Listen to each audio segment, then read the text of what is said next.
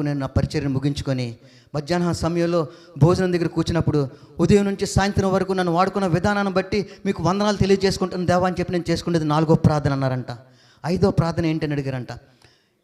పరిచర్య ముగించుకొని ఇంటికి రాగాన, దేవా ఉదయాన్నే నన్ను నీ పరిచర్య కోసం నన్ను తీసుకొని వెళ్ళావు. నీ పరిచర్యలను విపరీతంగా సంతోషంగా ఏ శోధన వేదన కలుగకుండా నన్ను నువ్వు వాడుకున్నావు. క్షేమంగా మళ్ళా నా గృహం నుంచి తీసుకుని వెళ్ళి క్షేమంగా మళ్ళీ నా గృహానికి చేర్చావు. అది నా 5వ ప్రార్థన అన్నారంట. 6వ ప్రార్థన ఏంటంటే, అందరూ నా కుటుంబం, నా పిల్లలు అందరూ వచ్చాక కొడుకు కోడలు కూతురు అల్లుడు మనవలు మనవరాలు అందరూ కూర్చొని మా కుటుంబం అంతా చేసుకున్నప్పుడు నేను చేసే ప్రార్థన 6వ ప్రార్థన అన్నారంట.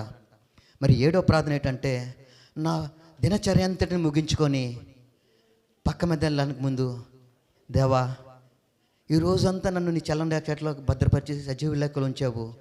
నన్ను నా కుటుంబాన్ని నా